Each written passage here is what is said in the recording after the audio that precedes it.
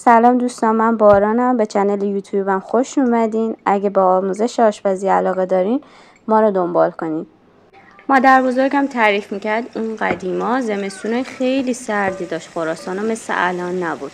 زمانی که مردم گندم و برنجشون تمام شده بود و تهمونده انبارشون، یعنی تنها چیزایی که براشون مونده بود بلغور گندم بود و دامهاشون بود که بهشون شیر میداد، تصمیم گرفتن بلغور شیر رو درست کنن. بلغور شیر غذاییه که از دل سختی ها اومده، اما مزهش آرامش بخش و خوشمزه است. پیشنهاد میدم شما هم یه بارم که شده بلغور شیر خراسانی رو امتحان کنید و از طعم بی‌نظیر اون لذت ببرید. نظرتون راجع به بلغور شیر خراسانی چیه؟ تا حالا خوردین یا نه؟ حتما بهم بگین توی کامنت ها.